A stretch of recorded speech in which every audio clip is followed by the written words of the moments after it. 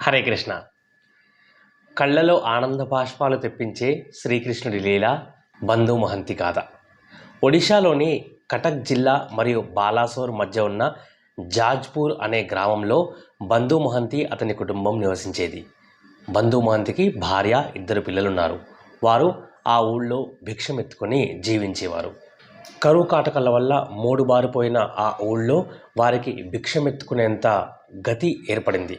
అయితే తన భార్య ఎప్పుడు ఏడ్చినా బంధు మహంతి ఆమెకి చెప్తూ ఉండేవాడు, పూరిలో నాకు ఒక ధనవంతుడైన స్నేహితుడున్నాడు, మన దీనావస్థని అతనికి చెప్పుకుంటే అతను తప్పకుండా సహాయం చేస్తాడు అని చెప్తూ ఉండేవాడు. ఒకరోజు పిల్లలు అన్నం తినక 2 రోజులైపోయింది. వీళ్ళు కూడా అన్నం తినకుండా కేవలం ఆకులు మాత్రమే తింటూ కాలం గడుపుతున్నారు. వచ్చిన కొద్ది అన్నాన్ని పిల్లలకు పెడుతూ వాళ్ళు కాలం గడుపుతున్నారు. అయితే ఇప్పుడు 2 రోజులైపోయింది, పిల్లలకు అన్నం కూడా దొరక్క బాధపడుతూ తన భార్య బంధు మహంతితో అంటుంది, పూరిలో మీ ధనవంతుడైన స్నేహితుడి దగ్గరికి వెళదాం, ఖచ్చితంగా అతను సహాయం చేస్తాడు అంటుంది. అప్పుడు బంధు మహంతి భార్యను, పిల్లల్ని తీసుకొని 144 కిలోమీటర్లు కాలినడకన వెళ్ళి 4 రోజుల ప్రయాణం తర్వాత పూరికి చేరుతాడు.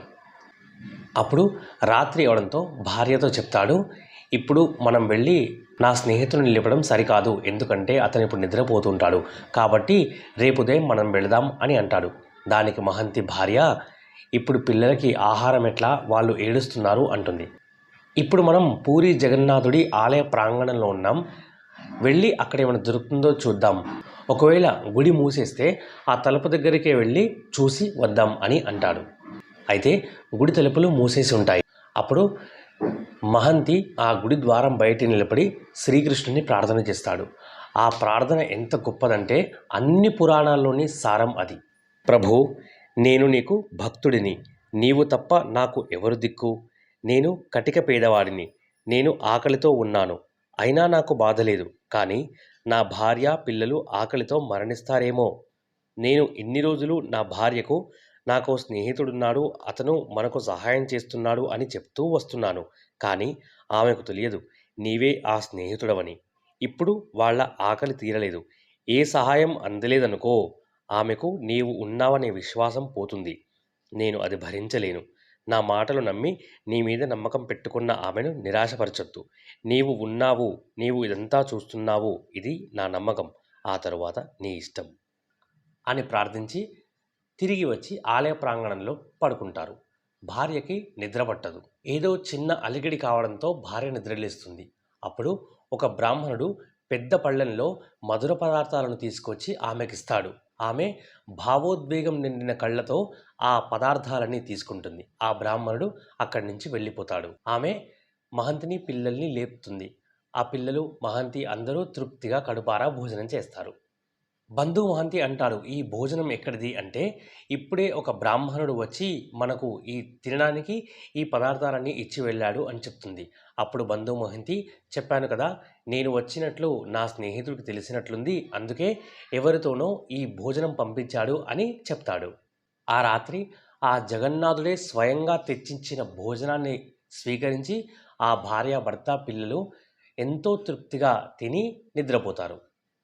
అయితే భార్య మాత్రం ఆ పళ్ళాన్ని కడిగి జాగ్రత్తగా బంధు మహంతి సంచిలో పెడుతుంది.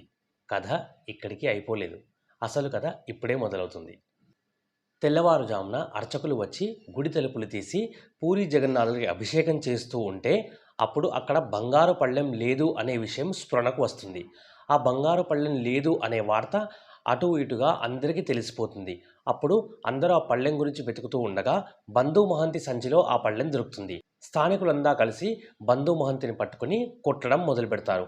అప్పుడు బంధు మహంతి ఏమీ ఎదురు చెప్పకుండా మనసులోనే శ్రీకృష్ణుని ధ్యానం చేస్తాడు. నేను దొంగను అని వీళ్ళు నన్ను కొట్టినంత మాత్రాన నీపై నాకున్న నమ్మకం పోతుందా? నీవు ఉన్నావు, ఇదంతా చూస్తున్నావు అని జగన్నాథుడైన శ్రీకృష్ణుడితో అంటున్నాడు. అతని భార్య మాత్రం ఏడుస్తూ బాధపడుతూ ఆయన్ని కొట్టకండి కొట్టకండి అని ప్రాధేయపడుతుంది. అలా కొట్టిన తర్వాత వాళ్ళు బంధుమిత్రుని తీసుకెళ్ళి చెరసాలలో వేస్తారు. ఇదంతా చూస్తున్న అతని భార్య ఏడుస్తూ ఏడుస్తూ పిల్లల్ని గుండెలకు హత్తుకొని ఒక చెట్టు కింద కూర్చొని సొమ్మసిల్లి పడిపోయింది. రాత్రయింది. పూరీ నగరంలో అప్పటి మహారాజైన ప్రతాపరుద్రుడికి కలలో ఎవరో కనిపించి, నా భక్తుడిని చెరసాలలో బంధించి ఇక్కడ నీవు హాయిగా నిద్రపోతున్నావా? అతను నిరపరాధి. అతనికి బంగారు పళ్ళెంలో ఆహార పదార్థాలు ఇచ్చింది నేనే అని స్పష్టంగా ఎవరో చెప్తారు. అది శ్రీకృష్ణుడు కాక ఇంకెవరు చెప్పుంటారు? వెంటనే ప్రతాపరుద్రుడు పూరి జగన్నాథుడి ఆలయానికి వెళ్ళి అక్కడ అధికారులందరినీ సమావేశపరిచాడు. బంధు మహంతి భార్య ఎక్కడుందని వాకబు చేసి వాళ్ళని పిలిపించాడు. ఆ తర్వాత చెరసాలకెళ్ళి స్వయంగా తానే ఆ తాళాలను విప్పించి ఒక పని చేశాడు. ప్రతాపరుద్రుడు చేసిన పనికి అక్కడున్న వాళ్ళంతా దిగ్భ్రాంతికి గురయ్యాడు. ఆయన ఏం చేశారంటే సరాసరి చెరసాలలోకి వెళ్ళి బంధు మహంతి కాళ్ల మీద పడి క్షమాపణ కోరుకున్నాడు. అంతేకాదు అప్పటి నుండి పూరి జగన్నాథ ఆలయానికి బంధు మహంతిని ప్రధాన వంటవాడిగా నియమించాడు. అది మాత్రమే కాకుండా వాళ్ళ వంశస్థులకే పూరి జగన్నాథుడి శాశ్వతంగా వంటవాళ్ళు ఉండేలాగా ఆదేశాలు జారీ చేశాడు. ఇప్పటికీ 494 సంవత్సరాలుగా ఆ పూరి జగన్నాథుడి ఆలయానికి ప్రధాన వంటవాళ్ళుగా మహంతి కుటుంబమే బాధ్యతలు నిర్వహిస్తుంది. హరే కృష్ణ.